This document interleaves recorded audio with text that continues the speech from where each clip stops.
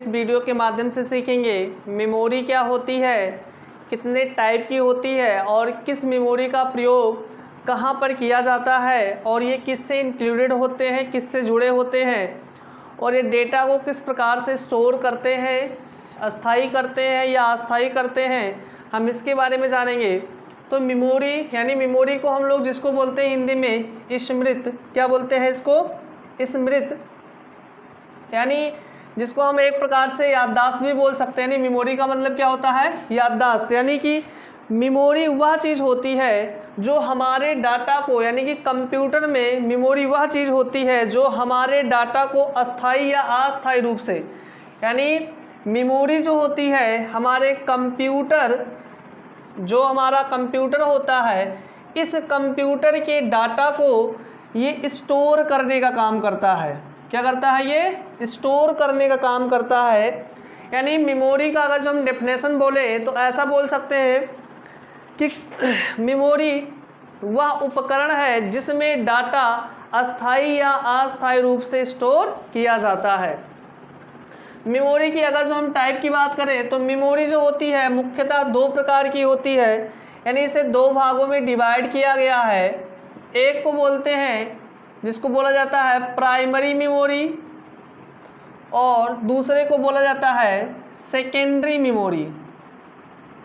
Secondary memory, इसको हम बोलते हैं, एक को बोलते हैं प्राइमरी मेमोरी, जिसको इंटरनल मेमोरी भी कहा जाता है और एक्सटर्नल मेमोरी भी कहा जाता है। देखिए, प्राइमरी मेमोरी की अगर जो हम बात करें तो प्राइमरी मेमोरी वह मेमोरी होती है जो हमारे सॉफ्टवेयर को सबसे पहले लोड करता है, यानी अपने ऊपर जो मेमोरी सबसे पहले अपने सॉफ्टवेयर को लोड कर लेता है उसी को हम लोग क्या कहते हैं? प्राइमरी मेमोरी कहते हैं। यानी मेमोरी का काम क्या होता है कि डाटा को अस्थाई या अस्थाई रूप से स्टोर करना। दूसरा, मेमोरी को जो है इसके स्टोरेज कैपेसिटी के आधार पर इसको दो भागों में डिवाइड किया गया। एक इसको बोला गया प्राइमरी मेमोरी और दूसरा बोला गया सेकेंडरी मेमोरी। प्राइमरी मेमोरी को हम कहते हैं यानी वह मेमोरी जो सॉफ्टवेयर को सबसे पहले अपने ऊपर लोड कर लेता है, उसे हम लोग क्या कहते हैं? प्राइमरी मेमोरी कहते हैं। जैसे जिस प्रकार से आप देखते होंगे जब घर में छोटा बच्चा होता है, छोटा बच्चा, तो वह छोटा बच्चा सबसे पहला, यानी कि सबसे पहले कहाँ पे अध्ययन करना चालू करता है? अपना जो अध्ययन कार्य होता है वह प्राइमरी स्तर से करता है। कहाँ से करता है? प्राइमरी से करता है। यानी सबसे पहले जो वो पाठशाला, यानी कि जहाँ पे वो प्रवेश लेता है वो कौन सा होता है? प्राइमरी होता है। यानी कि प्राइमरी लेवल का वो एजुकेशन पहले लेता है और उसके बाद ही जाकर के कहाँ जाता है? वो सेकेंडरी में जाता है। उसी प्रकार से सेम वैसे ही हमारे कंप्यूटर में भी होता है कि सबसे पहला, यानी कि हम उसी को प्राइमरी मेमोरी बोलते हैं जो हमारे कंप्यूटर के सभी डाटा को, सभी सॉफ्टवेयर को सबसे पहले अपने ऊपर लोड कर लेता है। उसी को हम लोग क्या कहते हैं? प्राइमरी मेमोरी कहते हैं। अगर प्राइमरी मेमोरी की हम बात करें तो इसके दो कैटेगरी होते हैं। प्राइमरी मेमोरी हमारी दो प्रकार की होती है। एक इसमें हमारा होता है जिसको हम लोग बोलते हैं रैम और दूसरा होता है जिसको बोला जाता है रोम। यानी प्राइमरी मेमोरी जो हमारे सॉफ्टवेयर को सबसे पहले लोड कर लेता हो उसको हम लोग कहते हैं प्राइमरी मेमोरी या इंटरनल मेमोरी, या इसको और भी बोल सकते हैं कि कंप्यूटर की वह मेमोरी जो सदैव सीपीयू के संपर्क में बनी होती है उसे इंटरनल मेमोरी या प्राइमरी मेमोरी कहते हैं। या हम ऐसे भी बोल सकते हैं कि जो मेमोरी कंप्यूटर के सॉफ्टवेयर को सबसे पहले अपने ऊपर लोड कर लेता है उसे हम लोग प्राइमरी मेमोरी कहते हैं। प्राइमरी मेमोरी को इसके स्टोरेज कैपेसिटी या स्टोरेज के आधार पर इसको दो भागों में डिवाइड किया गया। एक बोला गया रैम और दूसरा हो गया रोम।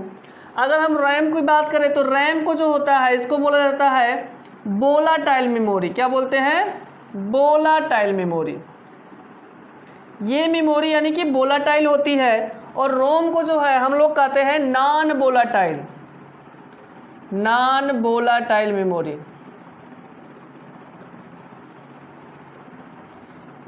यानी इसको रैम को बोला जाता है वोलेटाइल मेमोरी और रोम को बोला जाता है नॉन वोलेटाइल मेमोरी।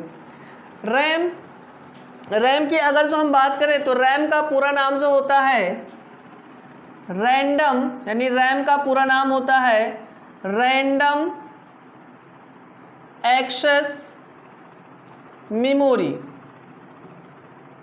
यानी रैंडम एक्सेस मेमोरी का मतलब ये हो गया कि जो लगातार, यानी जो मेमोरी लगातार रैंडमली, यानी कि बिना किसी नियम कानून के, यानी कि जिस प्रकार से आप चलाना चाहते हैं, यानी आप ये इसको लगातार ही क्या करता है एक्सेस करने का काम करता है। यानी कि कंप्यूटर हमारा जब तक ऑन होता है तब तक जितना भी काम होता है वो इसी मेमोरी पे क्या होता है लगातार करता रहता है। तो इसीलिए हम इसको क्या बोलते हैं रैंडम एक्सेस मेमोरी। यानी इसको क्या बोला जाता है नॉन वोलेटाइल मेमोरी, क्योंकि ये मेमोरी थोड़ा होता क्या है कि ये तो हमारा इंटरनल मेमोरी होता है, इसमें हमारे कंप्यूटर के सभी जितने भी एप्लीकेशन होते हैं सब इसी रैम मेमोरी पे ही काम करते हैं। यानी अगर हम लोग रैम फंक्शन की बात करें तो रैम फंक्शन बहुत ज़्यादा होते हैं। जैसे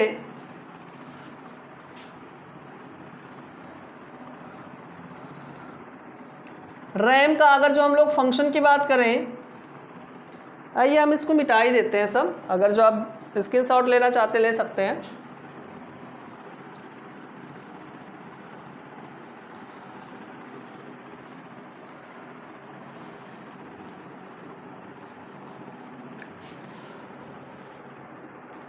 देखिए रैम फंक्शन,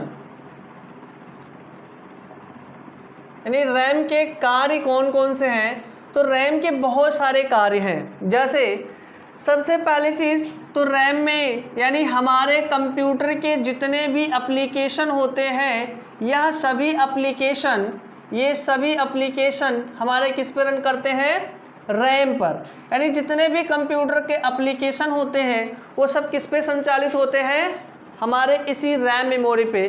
और दूसरी चीज़ कंप्यूटर स्पीड, यानी जो हमारे कंप्यूटर की स्पीड होती है यह स्पीड हमारे किस पर निर्भर होती है इसी रैम मेमोरी पर, हमारी रैम मेमोरी पर इसकी स्पीड निर्भर होती है। दूसरी चीज़ कंप्यूटर का जो हमें ग्राफिक्स प्रोवाइड होता है, यानी कंप्यूटर का जो ग्राफिक्स, यानी कि जो हमारे मॉनिटर पर डिस्प्ले प्राप्त होता है वो डिस्प्ले किसके द्वारा प्राप्त होता है रैम मेमोरी के द्वारा प्राप्त होता है।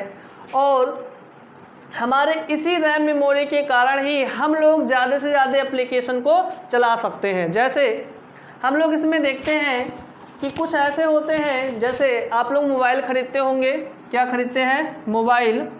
तो जब आप मोबाइल ख़रीदते हैं तो उसमें बोलते हैं मेरे मोबाइल का 2 GB रैम है। कितने GB है 2 GB रैम हमने लिया है। तो आप ये GB क्यों खोजते हैं वहाँ पर, क्यों?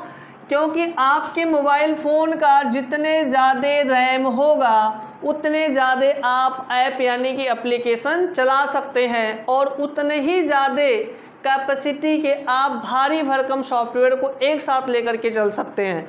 जैसे आपको कोई वीडियो गेम खेलना हो जाए या कोई मूवी देखना हो जाए या किसी भी प्रकार के एप्लीकेशन चलाने हो जाए, तो जितना ज़्यादा आपका रैम कैपेसिटी वाला होगा उतने ज़्यादा बड़े एप्लीकेशन को आप आसानी से चला सकते हैं। तो ये रैम के फंक्शन है। बस रैम में एक कमी क्या है, यानी रैम में सारे एप्लीकेशन रन करते हैं, कंप्यूटर का स्पीड हमारे रैम मेमोरी पर निर्भर होता है, कंप्यूटर में जितने भी ग्राफिक्स प्रोवाइड होते हैं वो किसके द्वारा होते हैं रैम के द्वारा होते हैं। इसीलिए रैम को जो है मेन मेमोरी कहते हैं। क्या कहते हैं, यानी हमारे कंप्यूटर की जो मेमोरी होती है मेन मेमोरी, वो किसको बोला जाता है रैम को बोला जाता है। क्योंकि रैम ही मेमोरी एक ऐसी मेमोरी है जो कंप्यूटर के स्टार्ट होने के बाद हमारे सभी सॉफ्टवेयर को अपने ऊपर लोड करके और उसे संचालित करने का कार्य करता है। इसे हम लोग इंटरनल मेमोरी और मेन मेमोरी भी कहते हैं। इसमें एक थोड़ा सा जो है कमी है। कमी क्या है कि जो रैम हमारा है ये रैम एक अस्थायी स्टोरेज मेमोरी है, यानी इसमें जो डाटा स्टोर होता है वो परमानेंटली नहीं